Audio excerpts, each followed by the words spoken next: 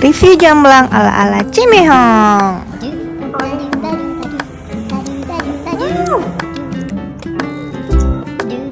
Asin, pedas, kelak, asam.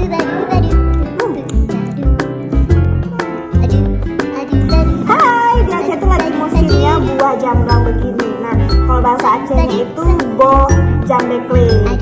Biasanya ini dimakan sama apa namanya tuh kelapa busuk atau kelapa yang udah difermentasikan, namanya pliu. Kita coba yang kayak gini aja ya. Ini rasanya tuh kelak-kelak tapi ada rasa manisnya, ada asam dikit. Tadi aku juga ada buat bumbu